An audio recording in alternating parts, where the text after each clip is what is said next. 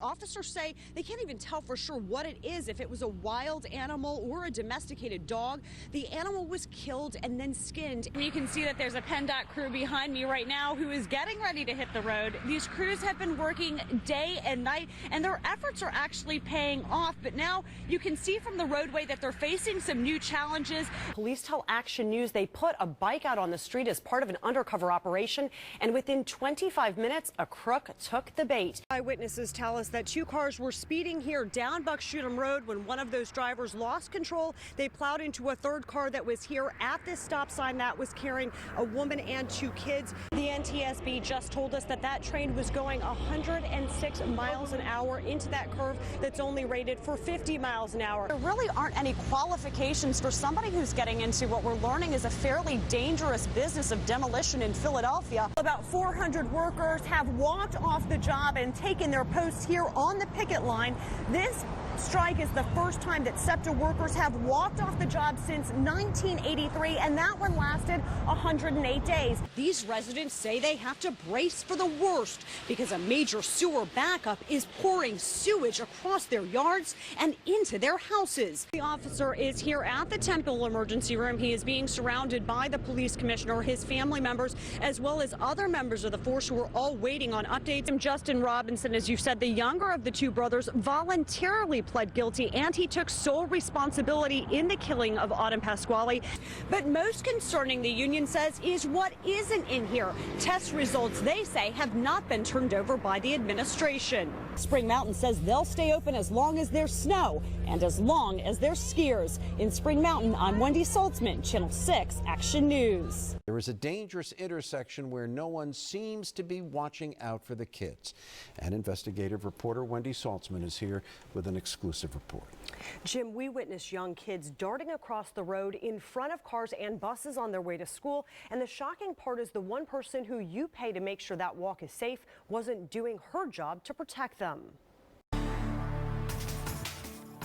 It's 8:30 in the morning at this bustling intersection of 46th and Market. And for the kids who go to nearby schools, that means another day of dodging traffic on this busy street. Get out of the street, girl. And for crossing guards, that means it's prime time. They whistle, stop traffic, and direct students to make sure everyone gets to class safely. That is, unless you're this crossing guard at this very highly trafficked corner. Honey, no, I did not cross any children today.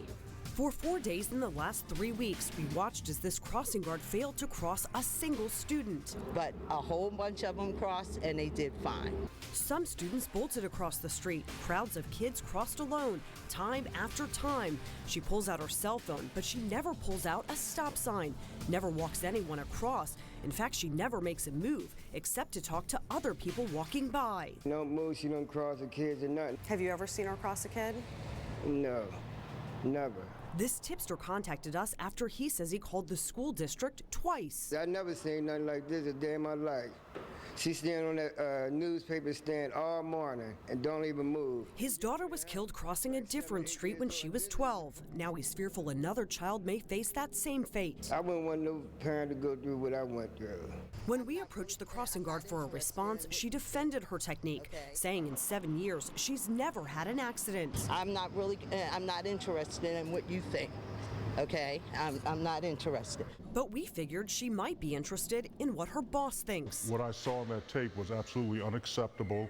It's against policy and training. We took our video to Chief Inspector Carl Holmes, who employs crossing guards for the Philadelphia Police. We're disturbed, and we will be addressing that employee. We clarified some basics with Holmes, like guards are charged with crossing children, walking with their parents too. I'm not in charge of anything but me. That's who I'm in charge of. And that their job description requires stopping and directing traffic. I'm not standing out there in the street and stopping traffic. Are you serious? You get out there and stop traffic. Holmes promised immediate action as well as retraining for other crossing guards and says even 1 day of not crossing kids is 1 day too many. It only takes 1 day, 1 minute, 1 second for a child to be seriously hurt or killed and change people's lives forever. The guards are paid employees of the police department. They work 4 hours a day and make about $58. The police wouldn't tell us if they were aware of previous complaints, saying this is a personnel matter. The day after we spoke with them, the guard was back out on the job. Investigative reporter Wendy Saltzman caught it all on camera. She joins us tonight with an exclusive report. Jim, we all know that food pantries are supposed to help the needy, the homeless, struggling families, and those with little or no income. So we were stunned when a tipster told us there was an employee at Manna on Main Street bragging he hadn't bought groceries for years because he was taking food for himself right out the charity's back door. On Friday, March 20th, when the Philadelphia area was hit with 8 inches of snow, up in Lansdale, Action News found this Manna on Main Street employee, Scott Lukens, personally stocking up for the storm. We found him packing his car, not just once, not twice, but we watched as he walked out of the charity 4 times with bags. If he was there for the needy people, he wouldn't steal from them. Working on a tip from this man who asked not to be identified, we watched Lukens on 5 separate days. He kept doing it and doing it. Mostly meats, big item meats, big hams, and sometimes pork chops. On March 26th, we waited as Lukens arrived at work around 1:45 in the afternoon, empty-handed. But a few hours later, he walked out with a sack full of stuff. Again, on March 30th, our hidden cameras caught him leaving with a bag in his hands. And on April 2nd, it was a big shopping day for Scott. After taking in donations off his truck, Lukens decided to take something for himself. He put a black bag into the back next to another plastic bag left there. He returns a second time and put a box in the truck bed, and a third time to put another bulk box of food up front. I think he puts himself above needy people. You know, he was taking the turkeys at Thanksgiving time like they were free. Our tipster says he complained to management, but he says nothing happened. And I witnessed families being turned away with little children. That's when I said, you know, I need to do something about it. We've noticed on several occasions that you've been taking food out of the food pantry and putting in your truck. But that... Can you tell me why that is? Give me a minute. When we approached Lukens, he had another bag tucked under his arm and quickly bolted back inside.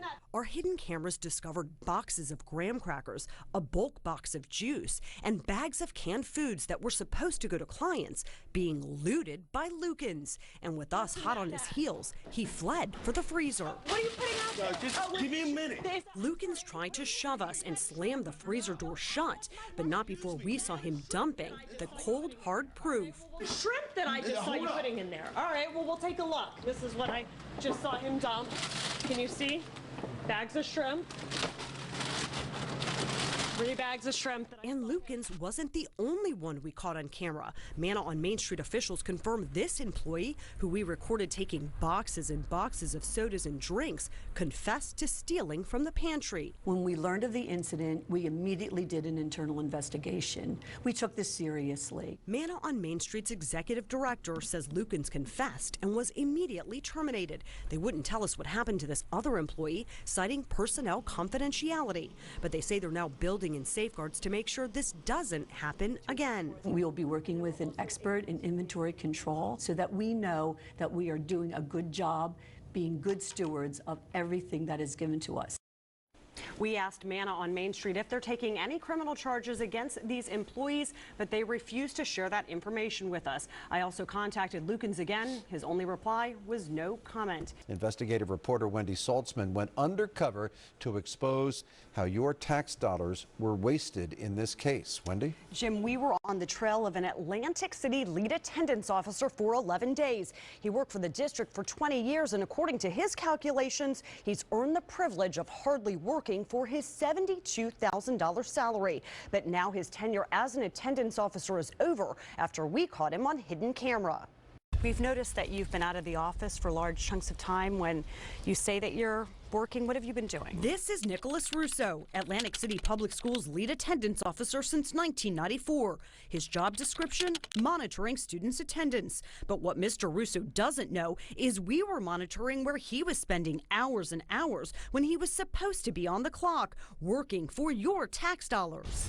I'm doing my job. Thursday, March 27th, Mr. Russo's timesheet says he's at work. His contracted hours, 7:40 a.m. to 2:40 p.m. At 10:40, we find him at home. He quickly leaves and takes off, passing his office at the high school on the way to Estetica Spa and Salon in Northfield, New Jersey. He arrives at 11 a.m. A half hour later, he heads out to his next appointment at Hannah's Massage in Absecon. His rub down lasts over an hour until 1, when he washes his car and returns returns home by 1:35 without setting foot in a school. The next week, Thursday, April 3rd, Russo calls in sick. We find him home around 9 in the morning. He leaves at 10:26 and goes to a hair salon called Finale in Brigantine. He loses us, but we track him down back at Estetica at 11:30. His appointment lasts until around noon. We find him back at his home at 1:40. An hour later, Russo hops on his bike and hits the boardwalk, all while he's supposed to be homesick. Thursday, April 24th, Mr. Russo's time card says he's working. We find him at home at 9 a.m. He drives off around 9:21, washes his car, and makes a late entrance into work. We catch up with him at his Thursday appointment at Estetica, which he leaves around 11:54 to head to lunch at China Sea of Ebsecan. There we find him lunching with two women. He says his goodbyes and arrives at Russo's liquor store, a side business he owns on the Atlantic City Strip. He leaves Russo's by 1:55, and he's back at his house by 2 for the rest of his workday. What are you doing at Estetica Spa on Thursdays? I get a manicure on my lunch hour. It's 20 minutes. What about Hannah's massage? Hannah's massage. Sometimes on my lunch hour, I'll get a 45-minute massage real quick. We showed Nicholas Russo our video. Now, what were you doing at Finale? Getting a haircut. You were getting a haircut, okay, on your sick day. We documented 3- and 4-hour periods over several days where Russo went to another massage parlor, back to Estetica, and washed his car. He went just about anywhere but work. What's your response? I have no comment. You have no comment? No. His job was to ensure that children go to school. After we provided Superintendent Donna Hay with our video last week, she says she immediately suspended Mr. Russo. There's no excuse for what he did. There's no excuse. On Monday, Mr. Russo turned in his unconditional resignation after 20 years at the district. We don't condone it. We are investigating it. The superintendent says even though Mr. Russo is no longer an employee, their investigation will continue on behalf of the district, the kids, and the taxpayers. And she says they will be putting policies and procedures in place to make sure this doesn't happen again. The decision whether or not Mr. Russo will keep his pension will come after their investigation is complete.